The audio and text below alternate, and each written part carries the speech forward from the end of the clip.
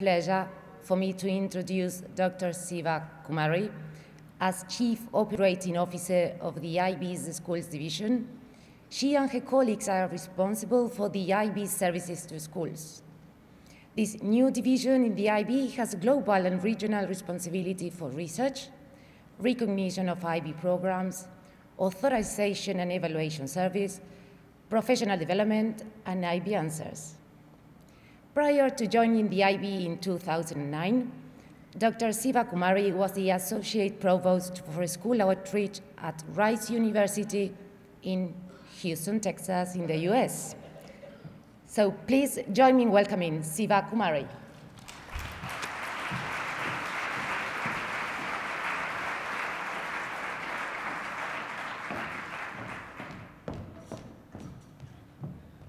Sorry about all the Texas flavor.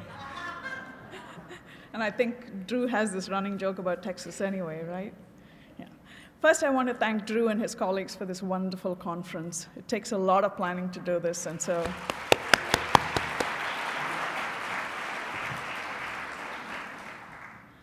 As many of you know, Jeff has announced his wish to depart at the end of this year, and the Board of Governors is currently undertaking a process to find the next Director General.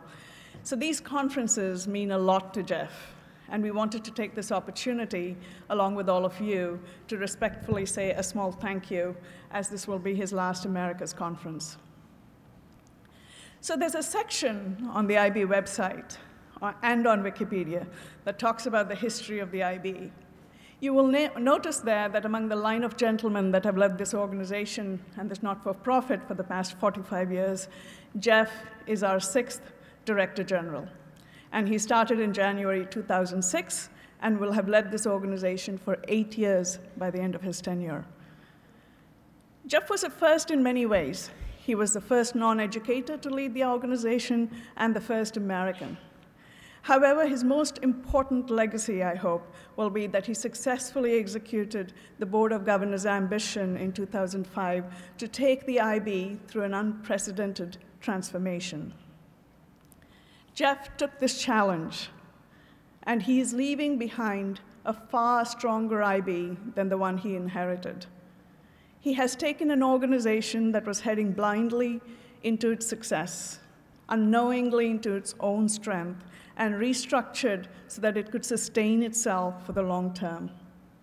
He changed people structures, bringing in lots of new expertise, and a cultural shift in the organization to be strong both educationally but also business-wise, to be more professional and be aided by long-term planning. He took an organization through a self-financed, massively self-financed internal investment that was in the millions and steered it back successfully to a financially viable one.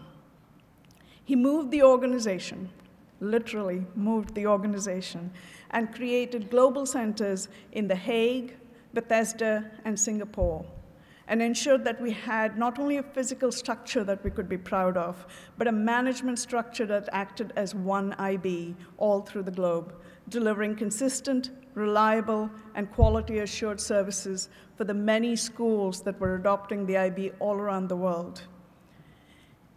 These changes have now resulted in a stronger IB in terms of people, services, structures, finances, and a clear vision for the future. He is leaving his successor with a stable platform with which to lead the organization past its 45th year. As my colleagues and I on the senior leadership team watched him from close quarters, at least for me, a few things were notable.